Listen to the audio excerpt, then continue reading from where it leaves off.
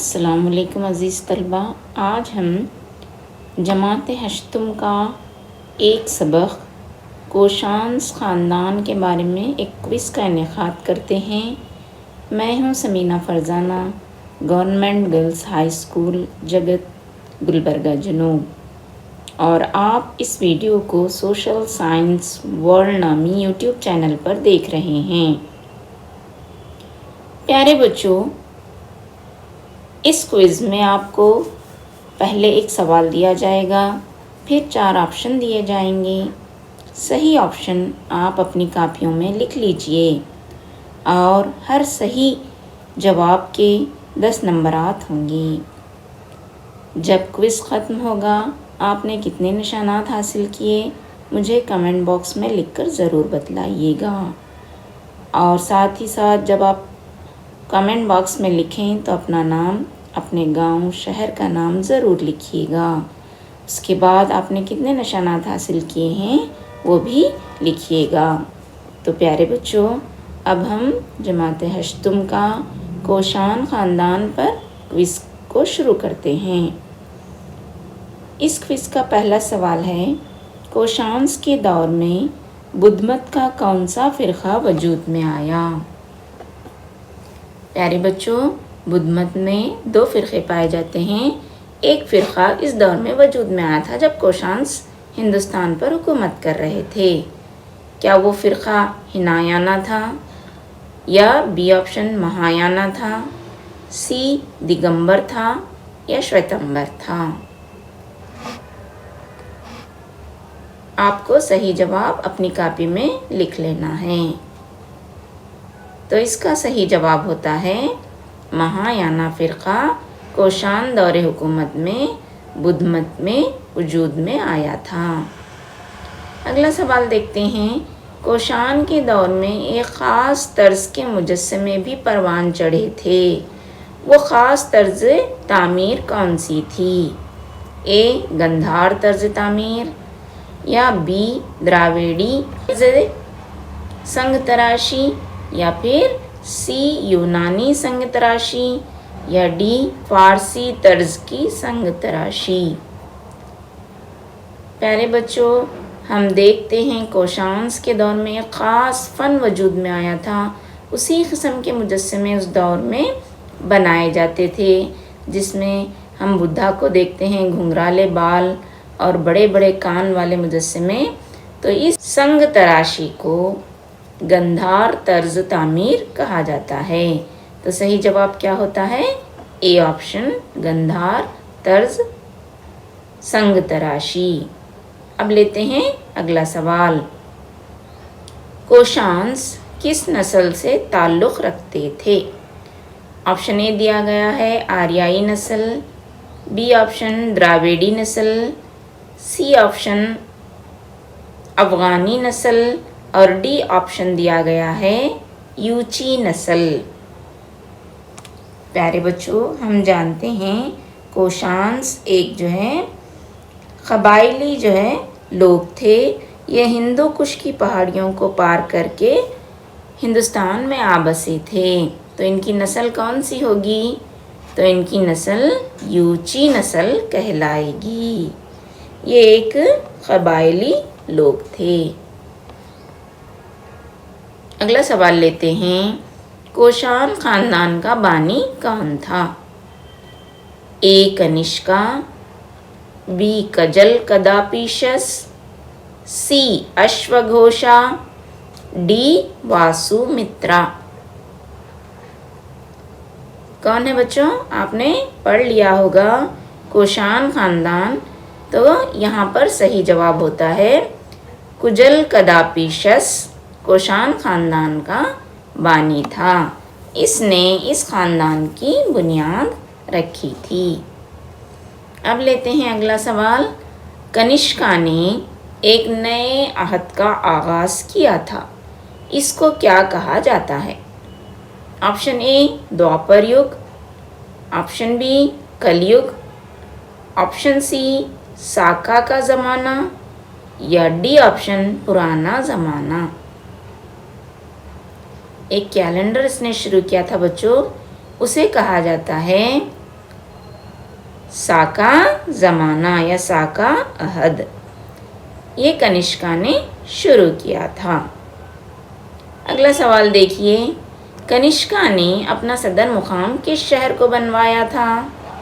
ए Magadha, B Takshashila, सी नालंदा या D पुरुषापुरा।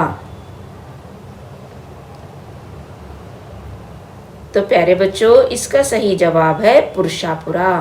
अब इसे हम पेशावर कहते हैं, जो मौजूदा पाकिस्तान में है। ये ही कनिष्का की राजधानी थी।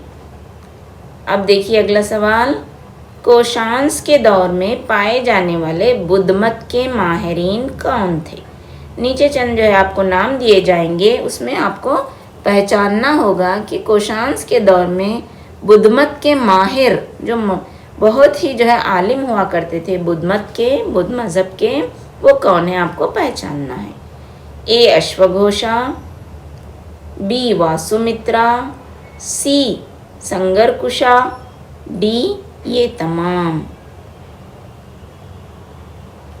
प्यारे बच्चों, उस दौर में बुद्ध मत बहुत फल फूल रहा था। कई आलिम कोशांस दौर में पाए जाते थे। उसमें से कौन जो है सबसे मशहूर रहे हैं? तो ये तीनों जो है ऑप्शन सही हैं, ए बी सी, इसलिए हम डी ऑप्शन को सही मानेंगे।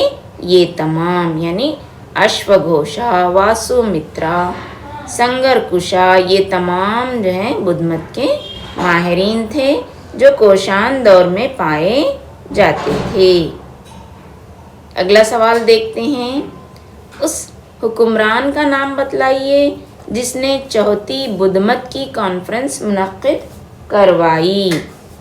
Option A Kanishka, option B अश्वघोषा, ऑप्शन सी हर्षवर्धना और ऑप्शन डी है कुजल कदापी शस। प्यारे बच्चों, पहली जो है कॉन्फ्रेंस बुद्ध के दौर में हुई थी, फिर इसी तरह अशोका के दौर में हुई थी। होते होते चौथी बुद्ध मत की कॉन्फ्रेंस कनिष्का के दौर में हुई थी। इसीलिए कनिष्का को भी बुद्ध मत का बहुत ही बड़ा जो है मानने वाला समझा जाता है। अगला सवाल लीजिए, हिंदुस्तान की तारीख में पहली मर्तबा किस हुक्मरान ने सोने के सिक्के जारी किए? ए अश्वघोषा, बी कनिष्का, सी चंद्रगुप्ता, डी हर्षवर्धना। तो प्यारे बच्चों, ये भी कनिष्का ही है। इसने पहली मर्तबा हिंदुस्तान में सोने के सिक्के बनाए थे, जो आज भी हमें देखने को मिलते हैं। अगला सवाल देखिए, कनिष्का ने जो सोने के सिक्के जारी किए थे, इस पर वह खुद वीणा बजाते हुए नजर आता है। ये किस बात को जाहिर करता है? ए ऑप्शन दिया गया है कनिष्का को मौसीकी से लगाव था, बी ऑप्शन दिया गया है उस दौर में वीणा बजाना एक इबादत थी, सी ऑप्शन दिया गया है वीणा बजाना उस दौर में बहुत मशहूर था, या डी ऑप्शन दिया गया है उस दौर के तमाम लोग वीणा बजाते थे। प्यारे बच्चों, जब हम कनिष्का के सिक्कों को देखते हैं तो उस पर वो खुद बजाता हुआ दिखाई देता है। इससे ये पता चलता है कि जो है कनिष्का को मौसीकी से लगाव था। इस तरह ए ऑप्शन सही होगा। अगला सवाल, कनिष्का ने जो साका अहद शुरू किया था वो किस सन ईस्वी से इसने शुरू किया था? ए 75 क़ब्ल मसीह से, बी 76 क़ब्ल मसीह से, सी 77 क़ब्ल मसीह से, डी 78 क़ब्ल मसीह से। तो प्यारे बच्चों, सही जवाब है 78 क़ब्ल मसीह से। अगला सवाल, कोशान खानदान के मशहूर बादशाहों को पहचानिए। ए कुजल कदापिशस, बी विम कदापिशस, सी कनिष्का, डी ये तमाम। तो प्यारे बच्चों, कुजल कदापिशस, विम कदापिशस और कनिष्का, ये तीनों जो है मशहूर हुक्मरान हैं कोशान ख़ानदान के, इसलिए हम डी ऑप्शन को सही कहेंगे। अगला सवाल देखिए, कनिष्का ने जो चौथी बुद्धमत की कॉन्फ्रेंस मुनक्किद करवाई थी वो कहाँ करवाई थी? ए पुरुषापुरा में, बी कश्मीर में, सी दिल्ली में या डी मथुरा में। इसका सही जवाब है बच्चों कश्मीर में। अगला सवाल, कनिष्का ने बुद्धमत को फैलाने के लिए किस मुल्क को अपना क़ासिद भेजा था? ए श्रीलंका को, बी मालदीव को, सी कोरिया को, डी चीन को। प्यारे बच्चों, कनिष्का बुद्धमत को मानने वाला था, वो इसे फैलाने का भी ख्वाहिशमंद था, इसलिए इसने अपने क़ासिद को हमारे पड़ोसी मुल्क चीन को भेजा था। इसलिए सही जवाब क्या होगा? डी ऑप्शन चीन होगा। तो यहाँ पर ये क्विज़ ख़त्म होता है। मैं उम्मीद करती हूँ कि आपने इससे फ़ायदा हासिल किया होगा। इसे लिख लीजिए, याद कीजिए, आपके इम्तिहानात के लिए भी बहुत ही फ़ायदेमंद है। और हमें अपनी दुआओं में हमेशा याद रखिएगा। अल्लाह हाफ़िज़।